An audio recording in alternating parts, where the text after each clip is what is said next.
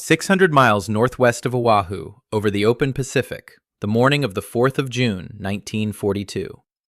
First Lieutenant James P. Muri holds a Martin B-26 Marauder named Susie Q, barely 200 feet above the water.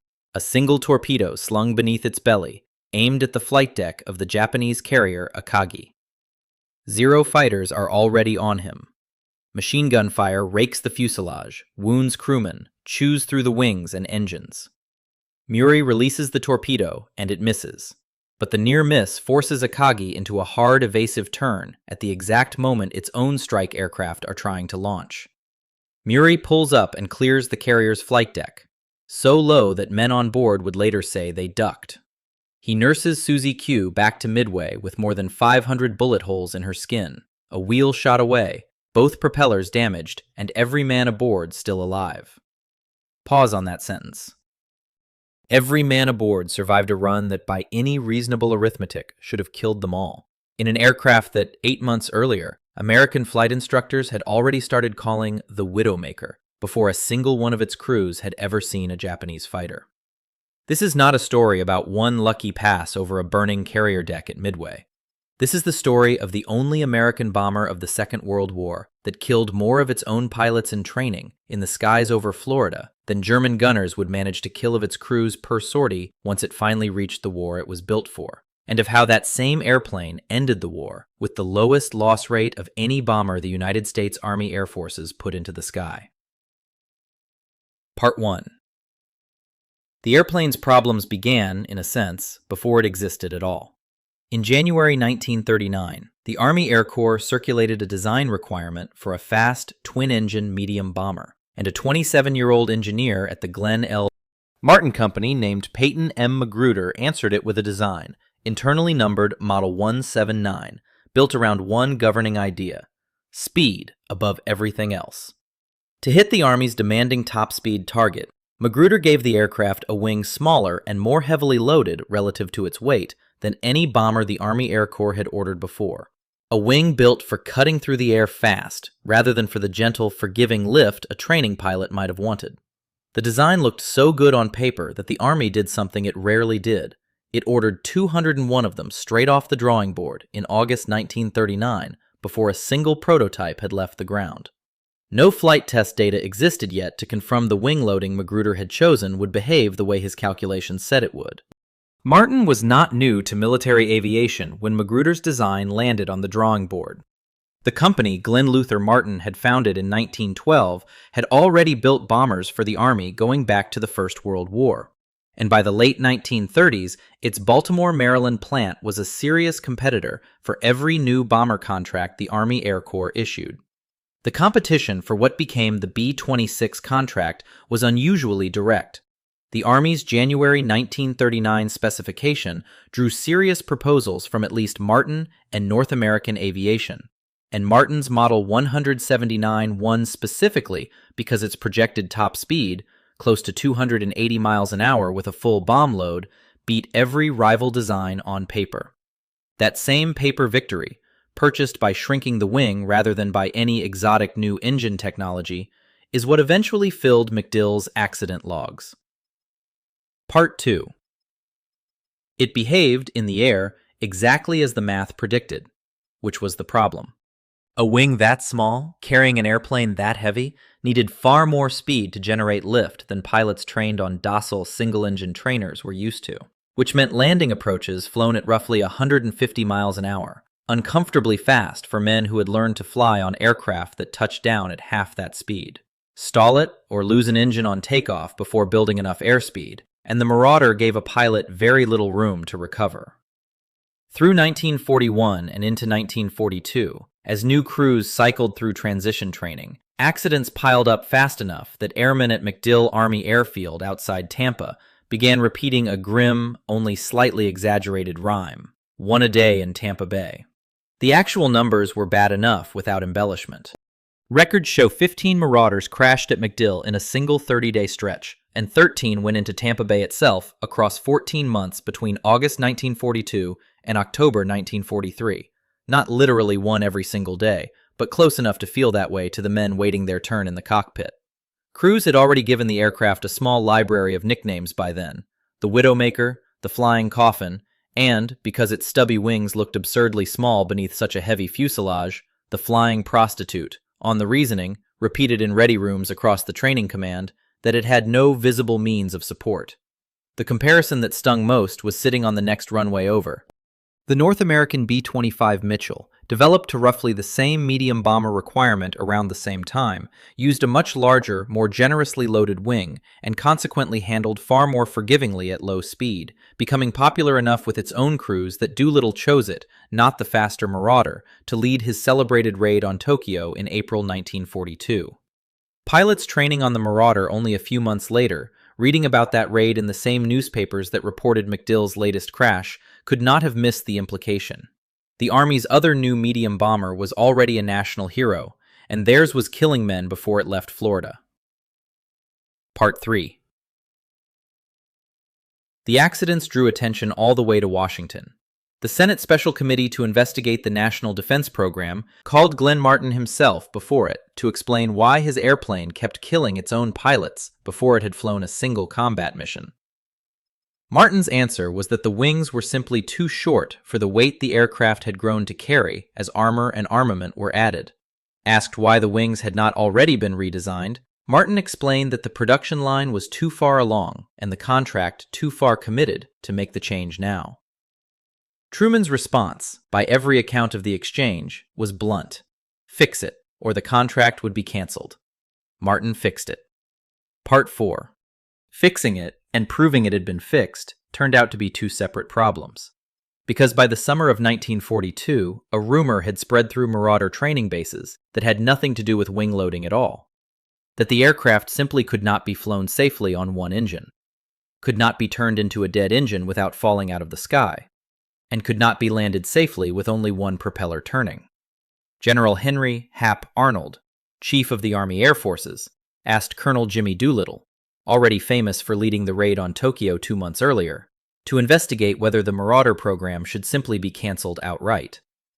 Doolittle traveled to the training schools himself, gathered student pilots, and asked what they had heard about the airplane they were about to fly into combat. Almost every answer he got back was some version of the same myth.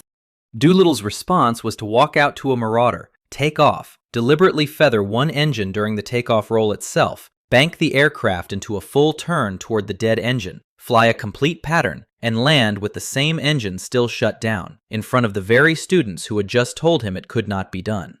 He repeated the demonstration at more than one base, including bases in England after the aircraft reached the European theater, precisely because a rumor, believed by enough frightened young pilots, could kill as effectively as a design flaw.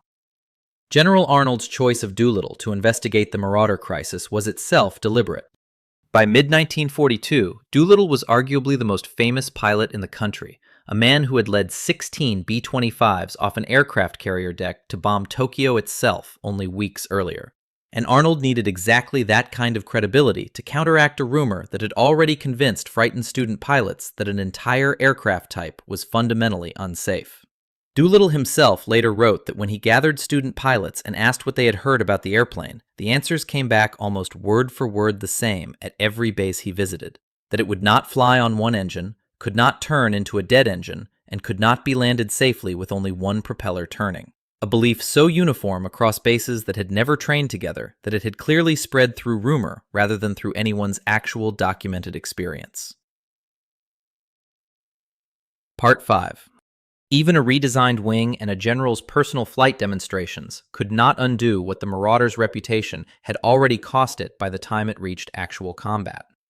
The aircraft's first mission against the Japanese, the desperate torpedo run at Midway that opens this story, took place before most of the fixes had reached frontline squadrons, and it very nearly confirmed every fear anyone had ever had about the airplane. 2 of the 4 Marauders that took off from Midway that morning did not come back, and the 2 that did, Muri's Susie Q among them, returned so badly shot up that they barely qualified as flyable. A year later, in the European theater, a different mistake very nearly buried the airplane's reputation a second time. On the 17th of May, 1943, 11 Marauders of the 322nd Bombardment Group attacked the power stations at IJmuiden in occupied Holland at low altitude. the tactic the Marauder had originally been trained to use, flying directly into some of the densest anti-aircraft defenses in Western Europe. All but one of the aircraft that reached the target were shot down. 37 men were killed and 21 taken prisoner in the space of half an hour. It was not the airplane's wing loading that had failed this time. It was the doctrine built around it, sending a fast, heavily loaded medium bomber in low and level directly over some of the most concentrated flak in occupied Europe that had failed. And it forced an immediate, urgent reconsideration of how the Marauder should be used at all. The Midway mission itself was thrown together with almost no preparation for the crews involved. None of the 4 Marauder pilots sent against Nagumo's carriers that morning had ever dropped a torpedo in training, let alone in combat, because the Army Air Forces had never intended the B-26 as a torpedo bomber in the first place. The aircraft and crews were simply what Midway's garrison had available when the Japanese fleet was spotted, and they were sent regardless. Moody's crew that day included his co-pilot, bombardier, and gunners, several of them wounded by the same fire that tore through Suzy Q's fuselage, and every one of them survived to fly again, a fact Moody himself credited less to any quality of the airplane than to sheer luck and the instinctive decision to keep the throttles forward rather than attempt anything delicate with an aircraft already shot half to pieces. Part 6. What followed, through the back half of 1943, was less a single dramatic fix than several separate corrections arriving at once. Martin lengthened the wing by 6 feet, increased its angle of incidence to improve lift at lower speeds, fitted a larger vertical tail and rudder for better control, and added armor and heavier defensive guns as the aircraft evolved into the B-26B and later variants. Training commands built dedicated Marauder transition schools, rather than simply handing the aircraft to pilots fresh off slower, gentler trainers and hoping the habits transferred. And, critically, 9th Air Force planners abandoned the low-level tactics that had produced the IJmuiden disaster, sending Marauders in instead at medium altitudes of 10 to 12,000 feet, under the protection of escorting fighters, trading the aircraft's original low-level design intent for a tactic that actually suited the wartime flak environment it was fighting in. The training reform mattered as much as the airframe changes, if not more. Rather than handing a fresh transition pilot the Marauder's operating manual in a few hours with an instructor, the Army built dedicated Marauder-specific schools that spent far longer than before drilling students on the aircraft's actual handling characteristics, particularly its unforgiving behavior at low airspeed, before ever putting them in front of a real cockpit. Combined with the longer wing and the changed wing incidence angle, which lowered the effective stalling and landing speeds closer to what pilots were used to from other aircraft, the accident rate in training fell sharply through the second half of 1943, even as the aircraft's overall numbers in service kept growing. None of these 3 fixes alone, the longer wing, the better training, or the changed tactics, would likely have redeemed the Marauder's reputation by itself. Together, over the following year, they did. The IJmuiden target had been chosen precisely because it looked achievable at low level. A power station and its associated infrastructure, sitting at the mouth of the canal leading to Amsterdam, defended, it turned out, by some of the thickest concentrations of light and heavy flak the Marauder crews would encounter anywhere in the war. Flying in low and level, the tactic the aircraft had originally been designed around, put the bombers directly inside the effective range of German gun crews, who barely had to lead their targets at all.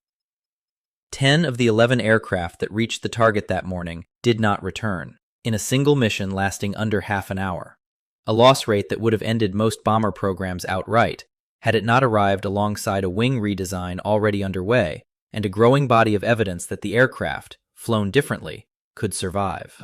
Squadron mechanics who kept the Marauder fleet flying through this stretch of the war deserve their own mention in this story, because much of the aircraft's eventual reliability rested on unglamorous, constant maintenance work far from any cockpit.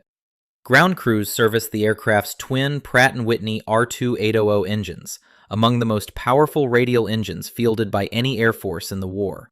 Engines that gave the Marauder the raw power its small wing needed to fly at all, but that also demanded careful, disciplined upkeep to avoid the kind of mechanical failure that, on an aircraft with so little margin for error at low speed, could turn an ordinary engine-out emergency into exactly the kind of crash MacDill had become known for. Part 7. The turnaround, once it came, was almost total.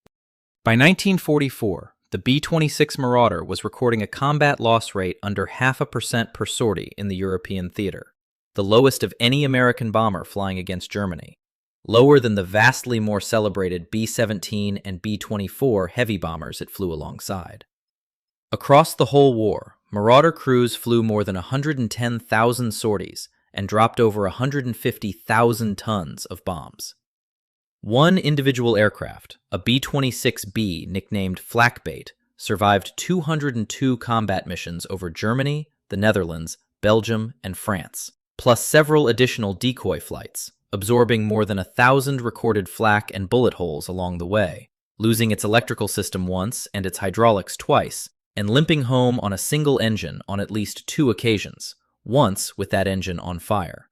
Flakbait's nose section has been on public display at the Smithsonian's National Air and Space Museum since the museum opened in 1976, and the rest of the airframe has spent recent years undergoing a painstaking, still ongoing restoration at the museum's Udvar Hazy Center in Virginia, a physical record of exactly how much punishment the airplane that had once been too dangerous to fly on its own training runways could absorb and still bring its crew home.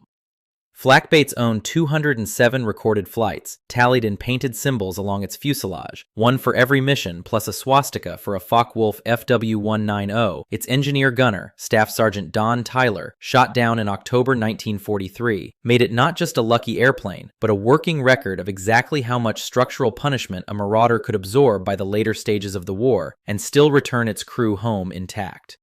It survived 2 separate engine failures serious enough to bring it home on a single remaining engine, one of them with that engine actively on fire, and lost its hydraulic system twice and its electrical system once, damage that on a lesser-built aircraft, or on the same aircraft flown by pilots trained the old way, might easily have ended in the sea or in a German field rather than in a museum.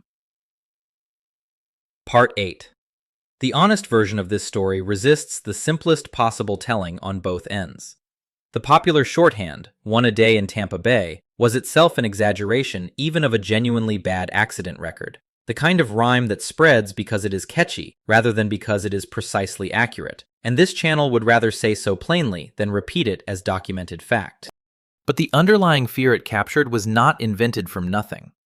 15 crashes in 30 days at a single training field, and 13 aircraft down in Tampa Bay itself over little more than a year, were real numbers that real young men were reading in real accident reports before they climbed into the same airplane themselves. And the eventual redemption was not a single triumphant fix, a magic wing modification, or one dramatic general's demonstration flight that solved everything at a stroke.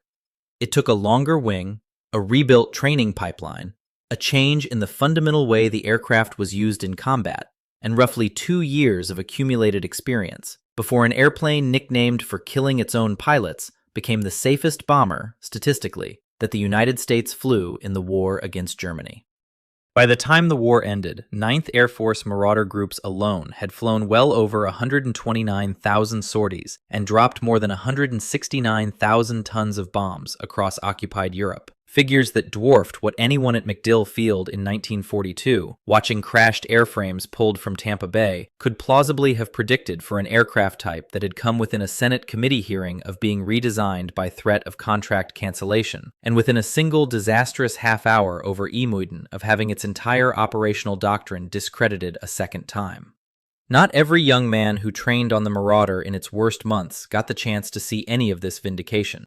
The accident record at fields like MacDill was not an abstraction. It was made up of individual student pilots, some of them barely out of flight school, killed in crashes that had nothing to do with enemy action, and everything to do with an airplane whose true handling limits had not yet been fully understood or taught. Their deaths are part of this story too, not as a footnote to the eventual redemption, but as the actual price the redemption was paid in, months before the longer wing and the better training programs existed to protect the men who came after them.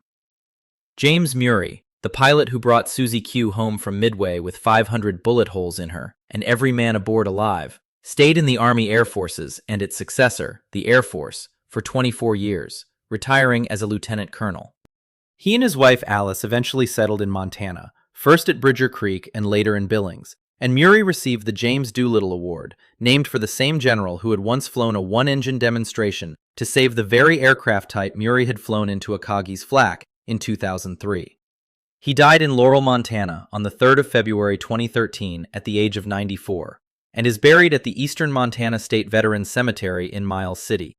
Peyton Magruder, the young engineer whose wing loading calculations had been proven correct in the air and catastrophic in the training command's accident statistics at the same time, continued his career as an aeronautical engineer after the war, his name attached ever after to one of the most controversial airframes the Army Air Forces ever fielded, an aircraft that very nearly got canceled twice, first by its own accident record, and then by a single doomed low-level mission over a Dutch power station, before it quietly finished the war with a safety record no other American bomber could match. It is also worth being honest about what this story is not. It is not a tale of a single visionary fix, nor of one man's heroics single-handedly rescuing a doomed program, however useful Doolittle's demonstration flights were as propaganda and reassurance. Truman's committee did not redesign the wing itself. It simply removed Martin's financial excuse for not doing so. Doolittle's flights did not change a single rivet on the airframe. They addressed a rumor, not a defect, though the rumor had become nearly as dangerous as any real design flaw by the time he intervened. And no tactical change over Europe could have saved the Emuden formation once it was committed to a low-level run through that particular concentration of flak. The fix there was not to fly through it better, but to stop flying through it that way at all. Each piece solved a different failure, and none of them alone would have been enough. Peyton Magruder himself lived long enough to watch his airplane's reputation complete its full arc, from a design praised on paper in 1939 to a national scandal debated on the floor of a Senate hearing room in 1941, to a statistic historians would cite for decades afterward as proof that the worst-performing aircraft in training could become the best-performing aircraft in combat, given the right corrections and enough time to apply them. He continued working as an aeronautical engineer after the war, his name forever tied to an airframe whose story refuses to fit neatly into either the myth of the doomed death trap or the myth of the misunderstood masterpiece. Because for roughly 2 years, before the fixes fully took hold, it was genuinely both. The Marauder's reputation problem also outlived the war, in a quieter, less dramatic way than the museum record of flakbait suggests. Post-war histories of American air power tended to linger on the aircraft's early accident statistics far longer than they lingered on its eventual safety record, in part because a story about a supposedly cursed airplane redeemed by dull procedural fixes, longer wings, better manuals, revised training syllabi, makes for a less dramatic anecdote than either an outright death trap or an unappreciated masterpiece would. The Marauder was neither, consistently, at any single point in its service life. It was a genuinely dangerous airplane in 1942, flown by pilots the training pipeline had not yet caught up to preparing, and a genuinely safe one in 1944, flown by pilots who finally had, and both of those statements are true about the exact same aircraft design. There is a broader pattern worth naming here, one this channel has touched on before with other machines. The American war effort of the early 1940s repeatedly ordered advanced hardware straight from drawing boards and design proposals, without waiting for the years of prototype testing peacetime procurement would normally have demanded, because the country did not have those years to spare. That approach produced genuine triumphs and genuine disasters in roughly the same breath, sometimes in the same airframe. The Marauder is simply the case where both outcomes are impossible to separate from each other, where the very design choice, an unusually small, fast wing that killed inexperienced pilots over Tampa Bay in 1942, was, unmodified in its basic concept, still carrying flak bait through more flak than almost any other American aircraft of the war 2 years later. None of the men flying it on either end of that arc got to choose which version of the airplane they were handed. The student pilots killed at MacDill in 1942 flew the same basic design, unmodified in its core wing concept, that carried Murray's crew home from Midway and later carried flak bait through more than 200 missions without ever failing the men aboard it. What changed between those two outcomes was not the wing itself so much as everything built around it. The training a pilot received before he ever touched the controls. the tactics his commanders chose to send him in with, and the accumulated, unglamorous experience of thousands of earlier flights that had already found and fixed the mistakes his own flight no longer had to make. 9,300 Marauders in total rolled off Martin's production lines before the war ended, and by any fair accounting, most of them flew their combat tours without ever becoming the kind of statistic that had made the aircraft notorious in the first place. That fact rarely makes it into the shorthand version of this story either, the version built entirely around the catchy, exaggerated rhyme about Tampa Bay, because a production run that mostly worked as intended is a far less quotable headline than a bomber supposedly killing a pilot a day. Subscribe if you want the next chapter, because there are more of these. More machines that arrived with a fatal-sounding nickname attached before they had earned it fairly. More young pilots who died proving a design flaw was real. And more of the unglamorous, incremental fixes. A few feet of extra wingspan, a rewritten training manual, a change in tactics nobody wanted to admit was necessary, that turned a name meant as a warning into a record nobody could argue with. The Widowmaker earned its name in Florida, an aircraft that never saw an enemy at all. It earned a different name over Germany, in the men who flew it home anyway.